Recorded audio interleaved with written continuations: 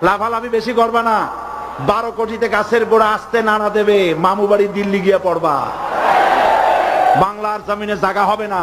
এই চট্টগ্রাম থেকে স্বাধীনতার মহান ঘোষক প্রেসিডেন্ট জিয়াউর রহমান সাহেব দিয়েছিলেন, এই চট্টগ্রাম থেকেই ইসলামী রাষ্ট্রের ঘোষণা হবে।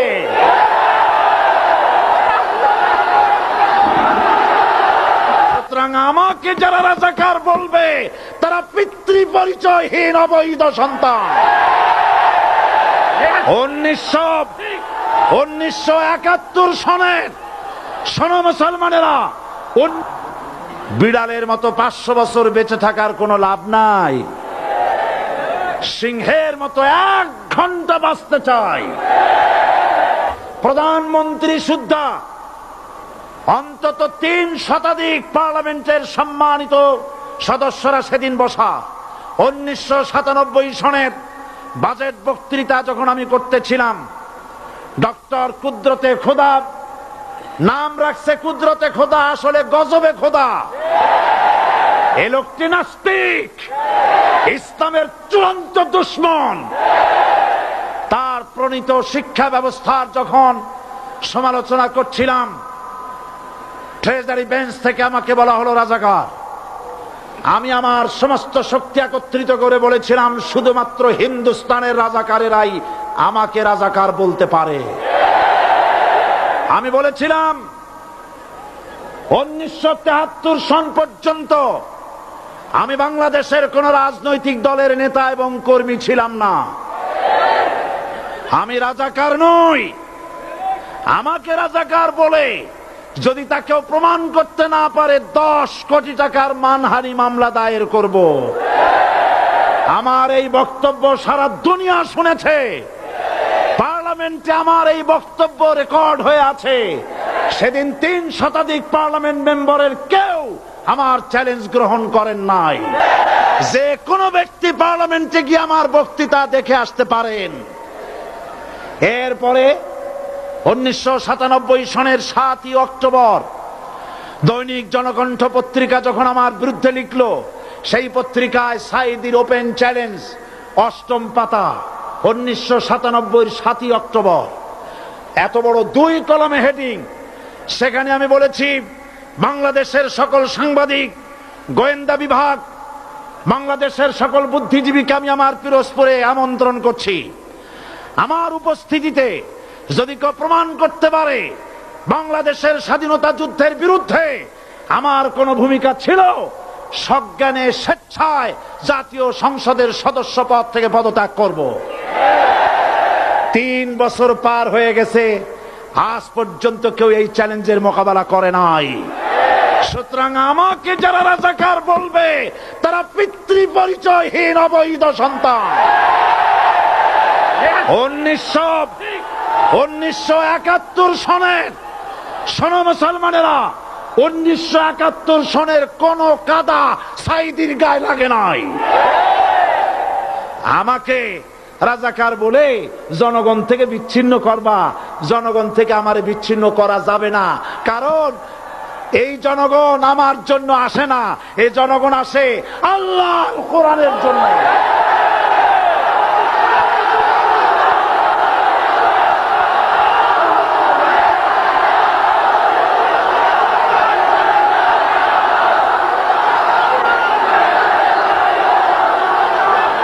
আজকে আর যারা ইসলামের কথা বলে, তারাই রাজাকার, তারাই মৌলবাদী। মৌলবাদী বললে আমরা অসন্তুষ্ট হই না, কারণ মৌলবাদী শব্দটা আসছে মূল থেকে। মৌল শব্দ এসেছে মূল থেকে। মূলবাদী তার মানে যারা মূলে আছে। মূল হলো কোরআন, মূল হলো হাদিস, মূল হলেন আল্লাহ, মূল হলেন আল্লাহ রসুল। আমরা আছি মূলে। এখন বলেন তো, মূলের শক্তি বেশি না আগার শক্তি বেশি? আমাদের যারা মৌলবাদী বলে ওরা হলো আগাবাদী। মূলে আছে কত কোটি? 12 কোটি। মূলে আছে কত কোটি? আর আমাদের যারা মৌলবাদী বলে ওই থাকো গাছের আগায়, আমরা মূলে। লাফালাফি বেশি করবা না, 12 কোটিতে গাছের গোড়া আসতে নানা দেবে, মামু বাড়ি দিল্লি গিয়ে পড়বা, বাংলার জমিনে জায়গা হবে না। এ কথা বিশ্বাস করো। বাংলাদেশের মুসলমানদের শরীরে এক বিন্দু রক্ত থাকতে শয়তানের তৈরি করা ধর্ম নিরপেক্ষ মতবাদ বাংলার জমিনে কায়েম হতে দেওয়া হবে না, হবে না।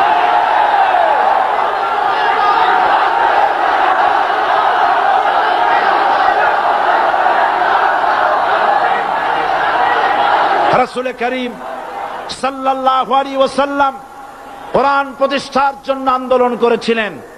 আয়াতুল কুরসি আমাদের সে কথাই শিখেছে।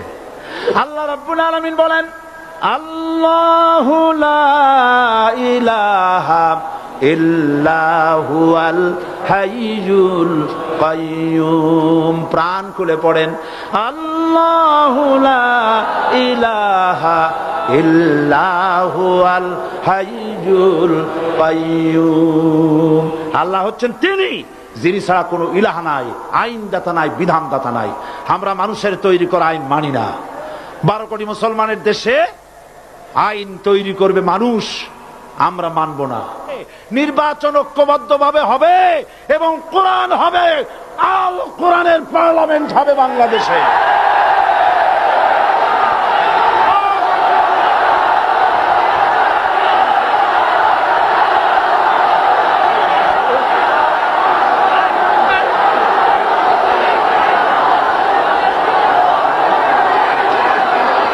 চট্টগ্রাম থেকে স্বাধীনতার মহান ঘোষক প্রেসিডেন্ট জিয়াউর রহমান সাহেব দিয়েছিলেন। এই চট্টগ্রাম থেকেই ইসলামী রাষ্ট্রের ঘোষণা হবে।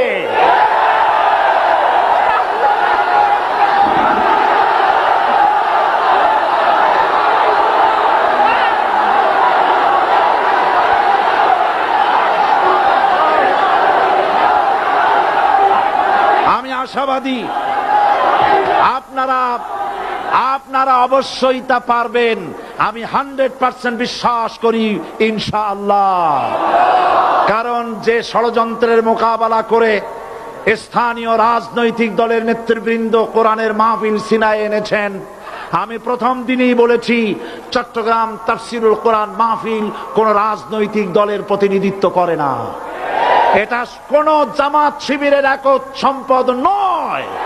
এটা চট্টগ্রামের মুসলমানদের কলিজার টুকরা তাফসীরের মাহফিল।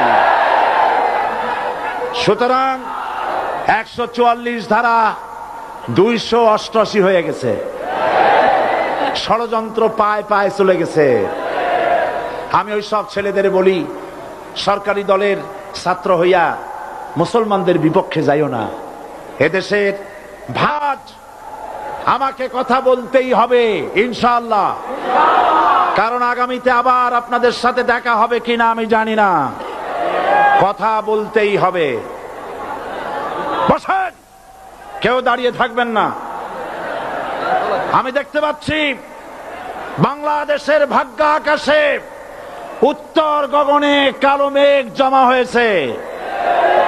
ঝড়ের পূর্বাভাস লক্ষ্য করছি। যদি মোকাবেলা করতে না পারেন সক্ষম ভাবে, এমন অন্ধকার গাঢ় কালো অমাবস্যার রাত আসতে পারে যার সুবে সাদেক হওয়া অসম্ভব। সুতরাং আপনারা কি কাপুরুষের মতো কাফের মুশরিকদের গোলামি করে মরতে চান? বিড়ালের মতো 500 বছর বেঁচে থাকার কোনো লাভ নাই।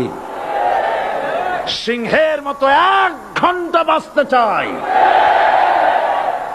আমাদেরকে বলা হয় সাম্প্রদায়িক উস্কানিমূলক কথা নাকি আমি বলি। পত্রপত্রিকা দিছে না তারা? সাম্প্রদায়িক উস্কানি কথা, সাম্প্রদায়িক উস্কানিমূলক কথা বলি।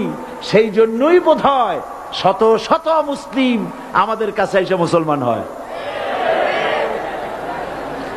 মানুষে আর বোকা বানানো যাবে না। যাবে কি? আর বোকা বানানো যাবে?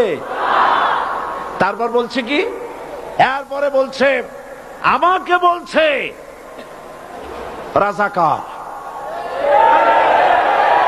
শুনে রাখো চট্টগ্রামের লক্ষ লক্ষ জনতা, পার্লামেন্টে যখন আমাকে এই কথা বলা হয়েছিল, আমার পার্লামেন্টের কলিগ জাফরুল্লাহ চৌধুরী সাহেব বসে আছেন এখানে।